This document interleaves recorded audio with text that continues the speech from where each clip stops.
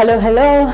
Welcome back to In the Nude. This particular episode will definitely be very exciting. It is always amazing to have you guys tuned in. We are looking forward to an amazing time. This is your girl, Glow in the Light. I think we're catching on to the drama with the name. I'm also joined here by my other co-host, who is Sunshine. Thank you so much, Glow. Yeah, so I hope I bring sunshine, but my name is Rita.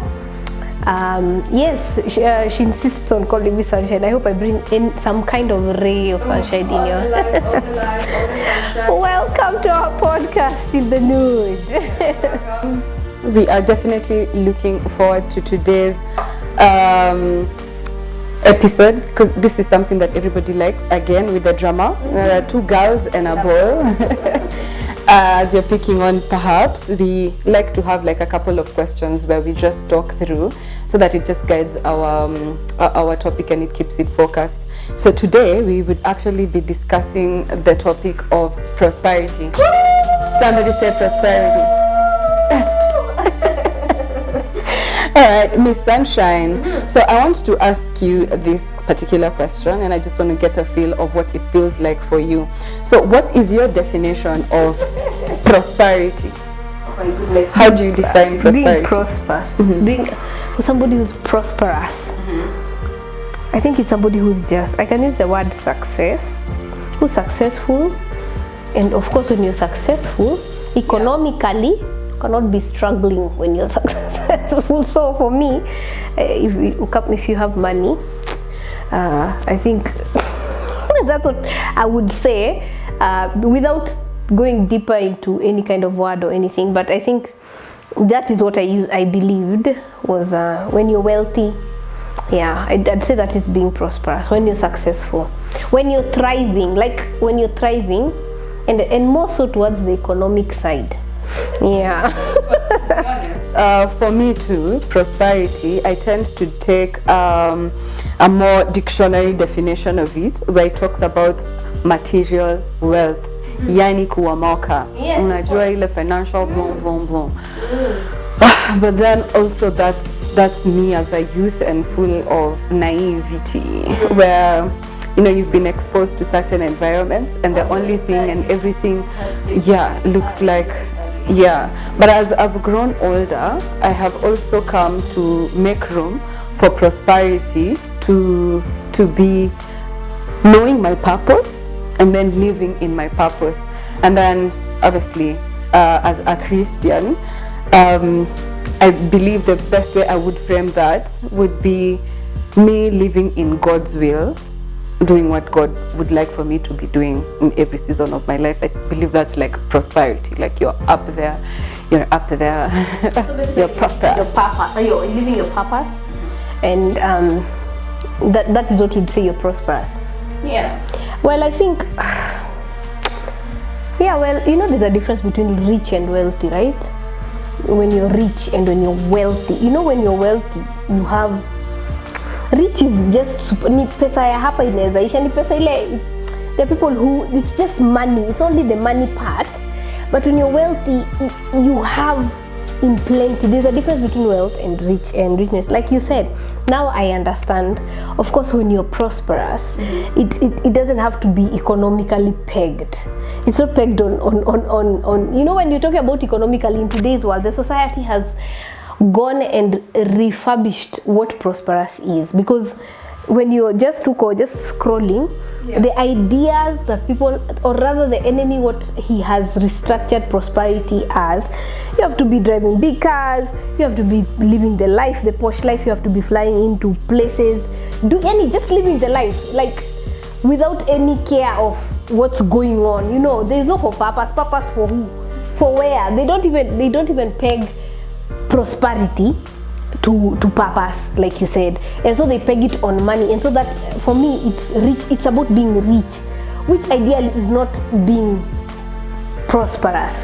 And so when I say thriving, it's in every aspect of your life.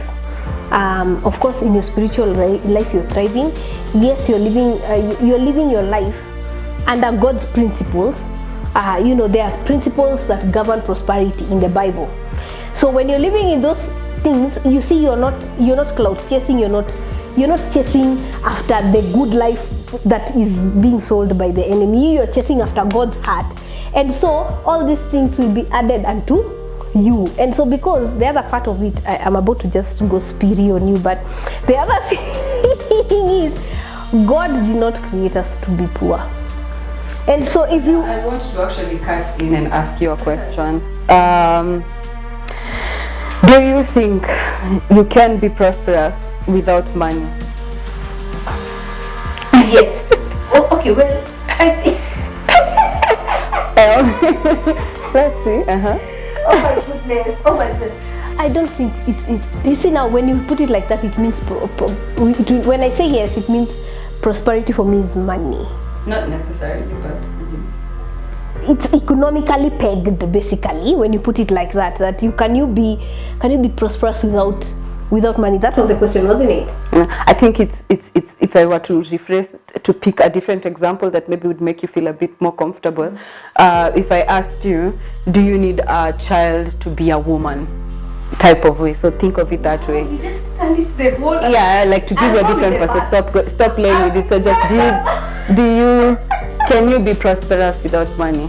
I think you can, because prosperity is not money pegged. That's what I am saying. Prosperity is an all-rounded idea, and it's an idea from God, where you are thriving in every aspect of your life. That's what I was about to say. And more so, you're thriving spiritually. And so these things that we see in the physical world are being added to you. And so that is the 1 + 1 = prosperity. Yep, I'd say that. Okay. So for me, I want to break it. I want to break it down like this. In the words of my favorite my second favorite, Pastor M is my favorite. Your favorite? Yes. My second favorite. You want to put numbers to it? Myron Golden. He says this, that rich people are not rich because they have money. They have money because they are rich. In a sync. They have money. Rich people are not rich because they have money. They have money because they are rich. Okay. Go on. I go on. Cut your... Okay, so as you're digesting that, what that means is it takes for you to be rich mentally before you can have physical, the wealth can actually start to manifest. So I dare do say that yes, you can be prosperous without money, but I'll qualify that resources will typically chase after it. So one without the other, it's just a matter of time before your money catches up with your riches. But also what I picked from that particular discussion was money is spiritual, y'all. It's spiritual before it's physical. And when I say spiritual, don't get intimidated by like the conversation, because it means it's something that's mentally inside of you first. It's something you have to think about. It's something you manifest. It's not my favorite term to use, but I guess a lot of people relate with it. But you have to think of it first. It hits your mind before it hits your account. Hits your mind before it hits your so basically I said, do you need money to be prosperous? It was no, but yes. Eventually yes.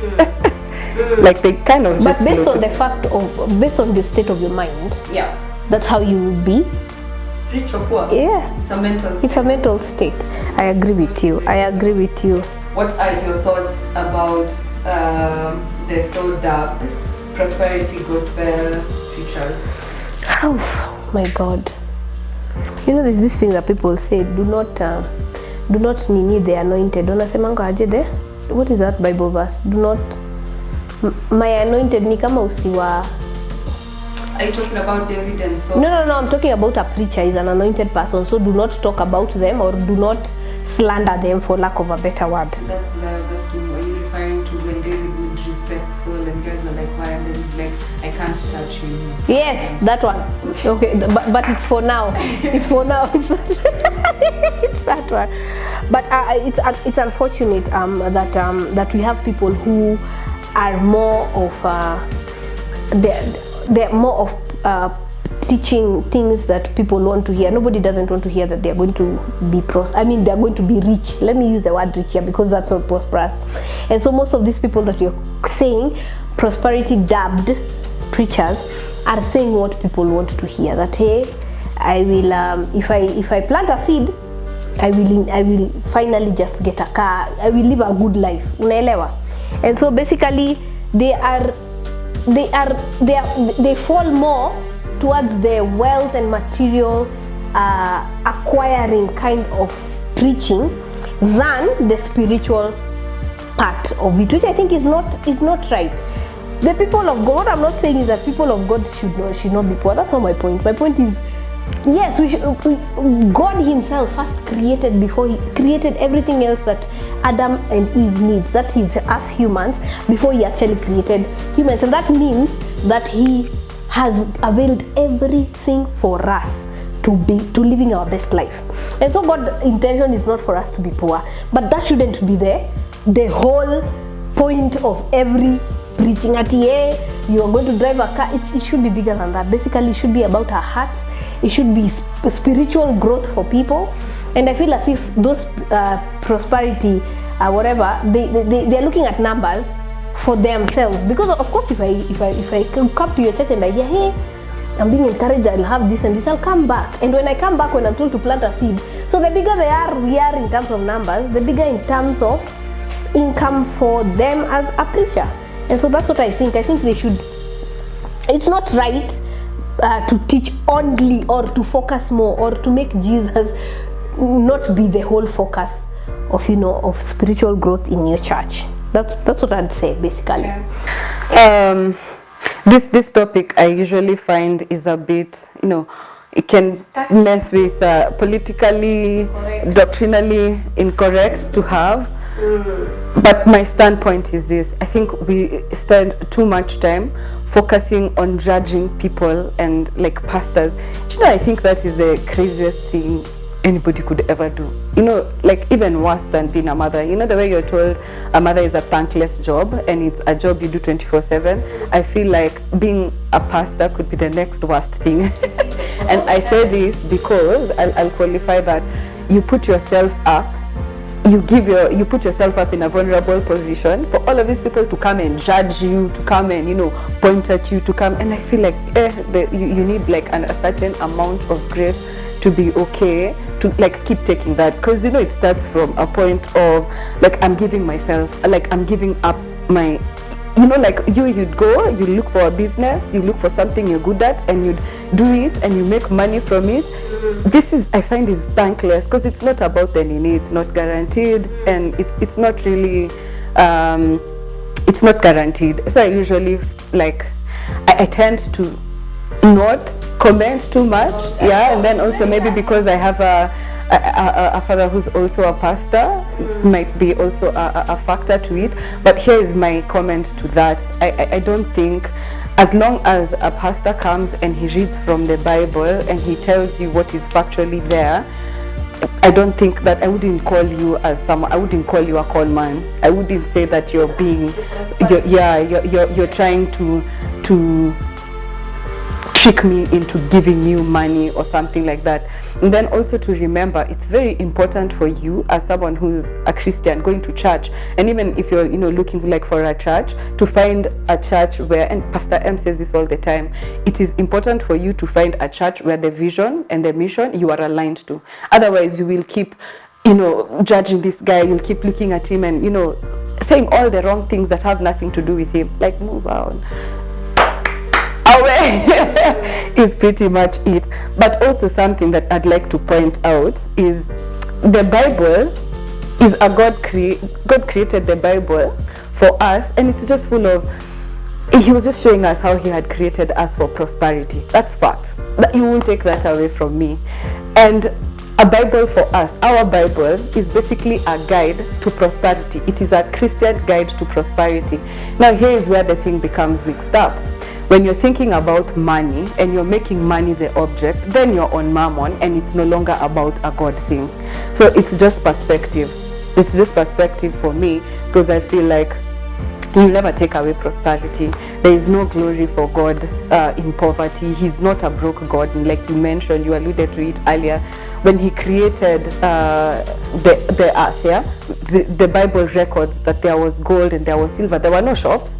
Us guys use that for for it nowadays. But at the end of the day, we see that they've taken, again, the world has taken this term prosperity, again, has diluted it, has poisoned it, and it's now something that we fight about, and we make it such an awkward conversation that even a guy who's trying to be, I like Myron Golden, he's unapologetic about, you know, he preaches about prosperity, and he's like, you want to be broke is fine, you want to be poor is fine, and he qualifies that with prosperity is you being in God's will, you doing what you are created to be, and then doing it well. So I'm thinking prosperity is not money, really. Why should? But that's how we think of it, synonymous. Yes, if it's not about that, why would somebody be talking about teaching exactly that for you to be prosperous is to have a lot of money, you know? A flaw. And again, which is a flaw. The Bible. Also, we are told, read the Bible for yourself. If that's not the thing you are, if that's not what you're catching. Yeah. If whatever is being, but you see now when you get there and you're being told when you do this, is when you will become this. Nobody, I'm telling you, that is a good thing to be. I know it's a touchy subject, and the whole thing is that as a preacher, you're responsible, you're a shepherd, you're responsible to be holistically teaching about God, not only on one aspect of the money. In fact, you know, money is not even an aspect of God. You know that, right? Yes, it's a spiritual thing, but that is not what you're chasing after. It, like I said, it is what is added unto you. Yeah. Because the whole point of every particular, you know, preaching, if I may, Nini, is to make you holistically grow as a Christian. Yeah. Yes, you'll align with the vision, all right?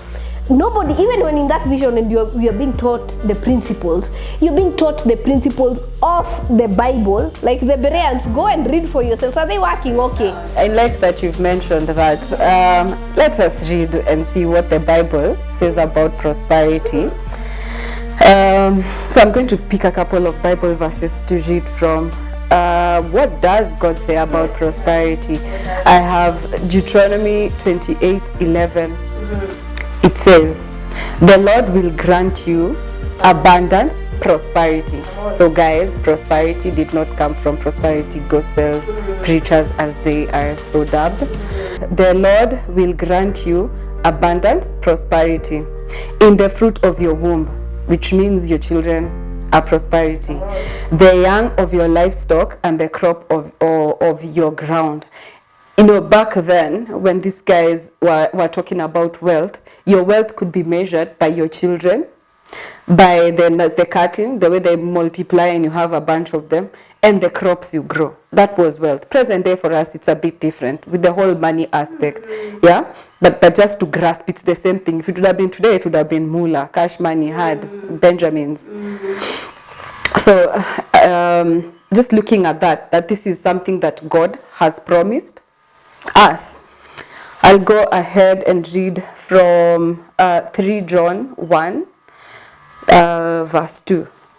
Beloved, I pray that you may prosper in all things and be in health just as your soul prospers. Again, that word prosper, that curse word prosper.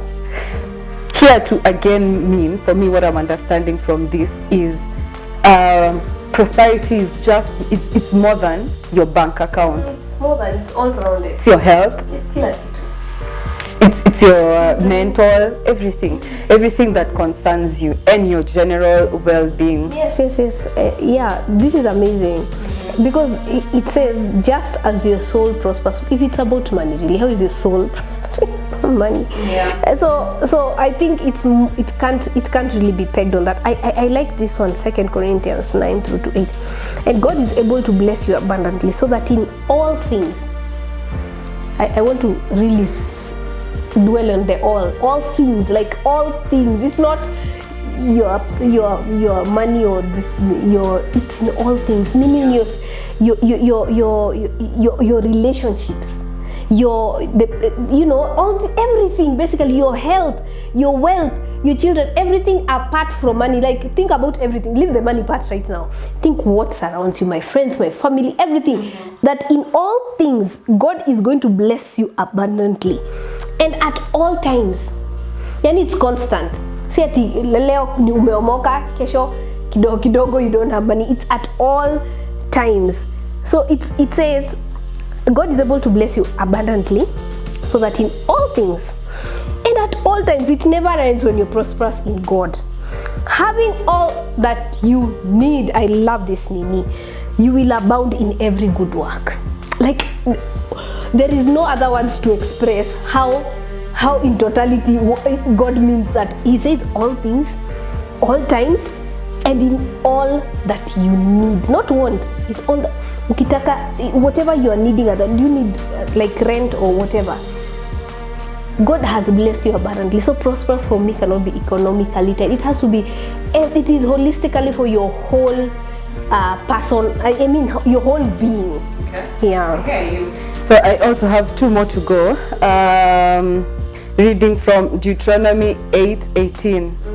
This is what it says: "But remember the Lord your God, for it is He who gives you the ability to produce wealth, and so confirms His covenant, which He swore to your ancestors, as it is today." So what I get from that is that, you know, how sometimes you feel like you've worked so hard for the things that you've gotten. All your talents, all your giftings, all of that is God-given. God has given you the ability to sing. It is not by your works that you have, you know, managed to do that. God has given you your height, you can play basketball. God has given you your mind, you're an nerd, you create, you invent. God has made you a creator. In all of these things, this just gives us that perspective. And then now I want to read Proverbs 10:4, because this is where now, like, a lot of guys would tend to be like, is this a Christian thing, and why are Christians so broke or not? Yeah. So Proverbs 10:4 means lazy hands make poverty, but diligent hands bring wealth. So what this means is God has given you the ability to create wealth, but it is your lazy hands or your diligent hands that will give you the prosperity that you so long for in terms of provision. Despite popular belief, prosperity is from God. It's not man-made. It's definitely not man-made. Man-made. And I believe all prosperity is spiritual. Before it can be physical, it's a spiritual thing. Like you said, it has to hit your... It hits your head first before it hits your account. Yeah. Yeah. I think prosperity is a good thing. Oh yeah, I wanted to say, I just remembered. There's a verse that said, seek first the kingdom, and all these things will be added to you. I want to come back to the Bible verse that I read, because they are sharing the same word. All is a key word in these 2 verses. Seek first the kingdom. So this thing that we have of we are hustling. I mean when you hustle, because you're chasing. Hustling is basically chasing after the money. But God says, chase after me, seek me first, and all these things will be added to you. So I think prosperity, if you seek God, I think it's automatic, by the way. It's automatic. Okay. Yeah. So I think then what I would say to close that off is basically, I've read this book and I recommend it to people, especially if you're skeptical about or if you struggle with God and the whole perspective of the gospel and whatnot. They talk about, it's called the Old Testament template, and they basically talk about how when missionaries came in, they tended to teach about the gospel of salvation and kind of left out the whole gospel, which does include prosperity. So you find that a lot of times people will be like, you're so Christiany, but you're so broke. We chase God, we chase money or things like that, and just bring it into perspective. Like, God is legit wealth, and that's where we need to be. So I don't know what you guys are hearing. I don't know what you guys are feeling about this. But I'd love to get your comments. I'd like to get your feedback, your thoughts on prosperity, what it makes you feel. Yeah. So leave us your comments, leave us your likes, leave us all of that. And that brings an end to the episode today. So thanks so much for tuning in. Stay blessed by the best. Until next Adios. time, adios.